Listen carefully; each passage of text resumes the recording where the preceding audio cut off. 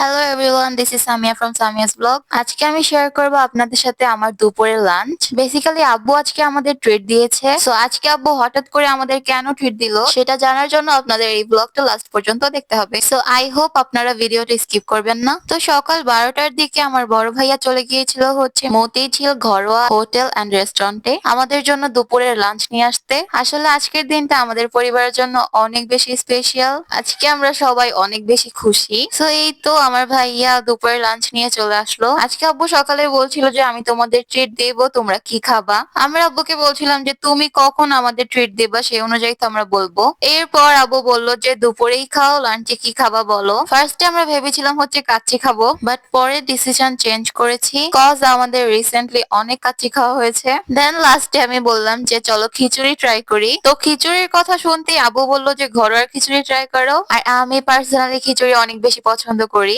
আর সেটা যদি হয় ঘরোয়ার খিচুড়ি তাহলে তো আর কোনো কথাই হবে না। তারপর আমার ভাইয়া রেস্টুরেন্টে চলে গিয়েছিল আর দেন খাবারগুলো নিয়ে চলে এসেছে। তো এখন বলি হচ্ছে লাঞ্চে কি কি ছিল। ছিল হচ্ছে ঘরোয়ার special mutton khichuri. I know আপনাদের এই খিচুড়িটা দেখে খেতে ইচ্ছে করছে, বাট এট দিস মোমেন্ট আপনারা খেতে পারবেন না। I am so sorry. যাই হোক, এখন আমি খিচুড়িগুলো প্লেটে সার্ভ করে দিচ্ছি সবাইকে। এর সাথে আরো ছিল হচ্ছে ফিরনি, বোরহানি আর স্যালাড। আর আমার ওদের সবচেয়ে বেশি ভালো লেগেছে হচ্ছে খাবারটা বাসায় আনার পরও বেশ গরম ছিল, যার কারণে আমাদের আর কোনো খাবার গরম করা লাগেনি নতুন করে।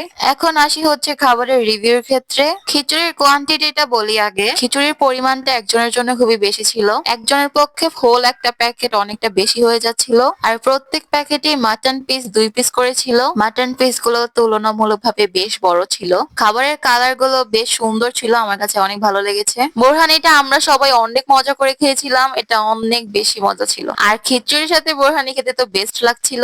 বোরহানিটা খুব ঠিক ছিল, এভরিথিং ওয়াজ সো পারফেক্ট। এখন আসি হচ্ছে ফিরনির কথা নিয়ে। টু বি অনেস্ট, ফিরনিটা আমাদের সবার কাছে অনেক ভালো লেগেছে। সবগুলো খাবারের টেস্টই প্রিটি গুড। আপনারা যদি ঘরোয়ার খিচুড়ি খান তাহলে ডেজার্ট হিসেবে এই ফিরনিটা রাখতে পারেন, তাহলে আপনারাও আমাদের মতন খুব বেশি স্যাটিসফাই হবেন। সো এই তো আমি অনেক মজা করে খাচ্ছিলাম। মাটনের পিস গুলো অনেক সফট ছিল, আমি ধরলে খুলে খুলে চলে আসছিল। খিচুড়িটার সাথে মাংস আর স্যালাড নিয়ে যখন খাচ্ছিলাম প্রত্যেকটা টেস্ট আমার মুখে ব্লাস্ট হচ্ছিল। যাই হোক, খাবার আলহামদুলিল্লাহ ভালো ছিল। এখন বলি হচ্ছে আপনাদেরকে আব্বু আমাদের কেন ট্রিট দিল। আসলে এটা হচ্ছে আমাদের family achievement, that's very special to us. যাই হোক, আপনারা সবাই আমাদের জন্য দোয়া করবেন, আমার আব্বুর জন্যও দোয়া করবেন, আব্বু যাতে আমাদের আরো বেশি ট্রিট দিতে পারে আর অ্যাচিভও করতে পারে। তো সবকিছুর জন্য আলহামদুলিল্লাহ। আজকের ভিডিওটা এই পর্যন্তই। আল্লাহ হাফেজ।